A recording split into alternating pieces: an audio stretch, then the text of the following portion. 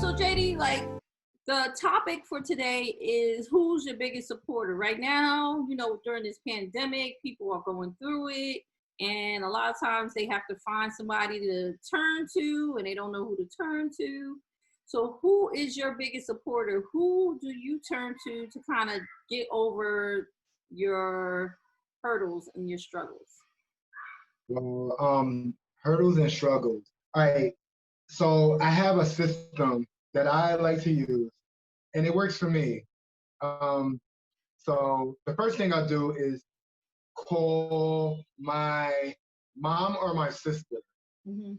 Um, cause it's almost like that. I wouldn't call neither one of them the devil, but it's like a balancing scale.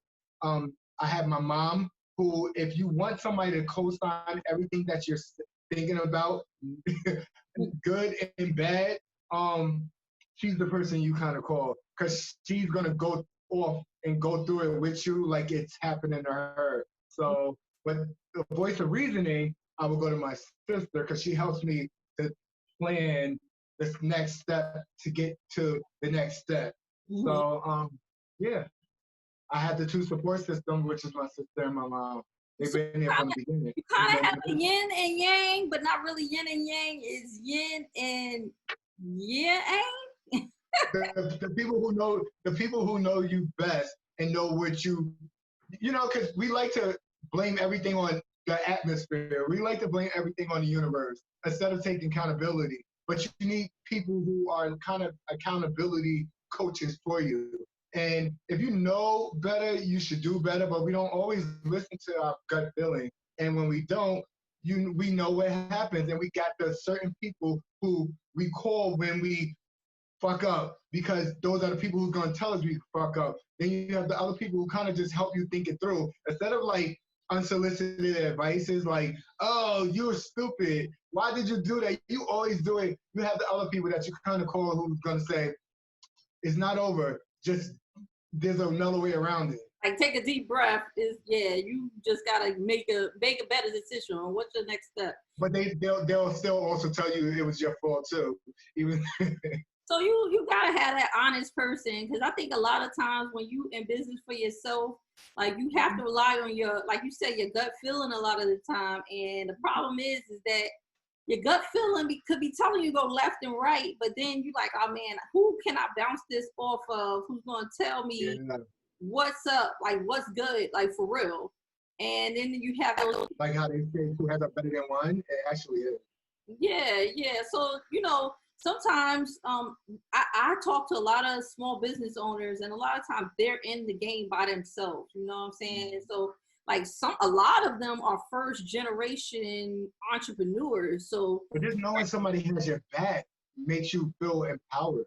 yeah, and the crazy thing is, you get those people who you thought had your back initially.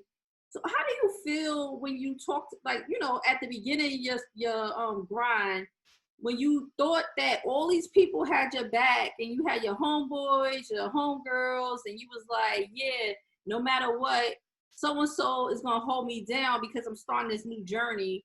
What happens when that person you thought was going to be on the journey with you isn't there? Like how did that feel, and how did that go for you? All right, to be honest, at the beginning, like I get it now why people are seasonal because that's just something that God decided, like go with God. But honestly, when it first started happening to me, I was like, you become dependent. These people nurture you basically. They babysit you to a certain extent. And if they're your clutch and your clutch is gone now, you think that you're gonna fall. You think you're not gonna make it, but the things are to get you to the next level. And I think I learned to understand that is to get you to the next point. And believe it or not, their journey was part of their journey. Them being on your journey was part of their journey. Mm-hmm. Everyone is connected to everyone. So whatever they learn from helping you, they can pass it on. But while they're gone, that opens up a door for someone totally new to bring you to a whole nother level after that. Because you're learning to cope and you're learning how to deal with a new person, a new presence. And if you just keep that in your head, that person leaving is an opportunity for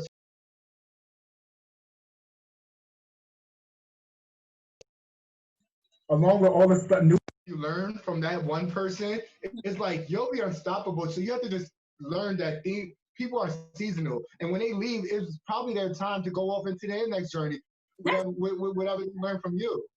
yeah, that's real good because I think that a lot of times we try to hold on to those people, and especially like growing up or whatever, you had those folks that you was good, like real cool. 20-year friends and everything else.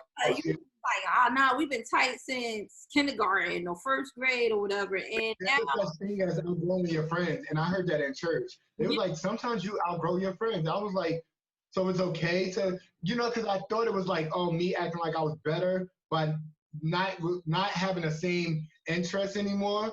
And it was like, no, it's because y'all growing, into separate things. yeah.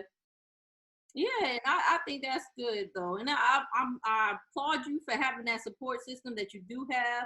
And one thing you did say that I think a lot of entrepreneurs kind of don't do is they don't let new people in because they're like, oh, somebody gonna steal or whatever. But I mean, those are the efforts and those are the things sometimes you gotta go through. That's your growing and You'll be stuck. So it's like, imagine like the assistant. Imagine your best friend. You know how territorial those people are of you. So imagine how many things that they will block from entering because they're protecting you. You kind of just have to be open to new things and new people and new point of views coming in. Oh, that's good. Yeah. And I think that you taking the time to take those new point of views, a lot of new entrepreneurs, you've been in the game for a little bit now. So you're able to see everyone's, I know, right? You could see everyone's perspective, but I know at the beginning, it's kind of hard to see other people's perspective because you have your vision of where you're going with your business and you have this group, you can see the potential of your business or whatever. And I think that like you allowing people to like give you new perspectives. I know you've been super busy, so allowing people to give you new perspectives is awesome. Yeah, and so I think that's awesome.